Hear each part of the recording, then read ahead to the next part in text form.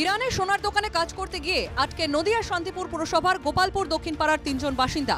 কয়েকদিন ধরেই যোগাযোগ সম্পূর্ণ বন্ধ। আতঙ্কে দিন কাটাচ্ছেন তার পরিবার। ইরানে আটকে পড়া ৩ জনের মধ্যে রয়েছেন একই পরিবারের ২ ভাই আশরাফুল শেখ এবং আফিরুল শেখ। তৃতীয় ব্যক্তি আশরাফুলেরই প্রতিবেশী সাবির আলী। ২.৫ বছর হবে। ২.৫ বছরের মধ্যে বাড়ি আসেনি। ঈদের সময় আসার কথা ছিল, কিন্তু আসতে পারিনি এই ঝামেলার জন্যে। আমাদের এখন না খাওয়া বন্ধ, কোনো যোগাযোগ করতে পারছি না। যদি সরকার থেকে নিয়ে আসার ব্যবস্থা করে। চিন্তিত বলতে চিন্তিত তো থাকবই। বাড়ির লোক যেহেতু বাড়ি নেই, তারা কাজের সূত্রে গেছে পয়সা কামানোর জন্যে, সেটা কষ্টর জন্যেই তো যাওয়া। সেখানে যদি সেই গার্জেন যদি না থাকে বাড়িতে, একটা মহিলা, তার কতটা কষ্ট হয় সেটা তো আপনারা বুঝতেই পারছেন। বাড়ি ফেরার টিকিট নিশ্চিত হওয়ার পরেও যুদ্ধ আবহে তা বাতিল হয়ে গিয়েছে। ফোনে যোগাযোগ করতে গেলেও তা সবসময় সম্ভব হচ্ছে না।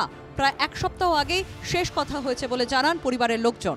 তো যে যোগাযোগ তো করতেই পারছি না, ফোনের অপেক্ষায় আছি, কখন ফোন করবে, কথা হচ্ছে না, যোগাযোগ পাচ্ছি না।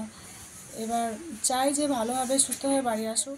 দিনরাত ইরান ইসরায়েল যুদ্ধের খবরে নজর রাখছেন পরিবারের লোকজন। প্রিয়জনরা যাতে নিরাপদে দেশে ফিরে আসতে পারে সেই নিয়ে সরকারের কাছে সাহায্যের আবেদন পরিবারের।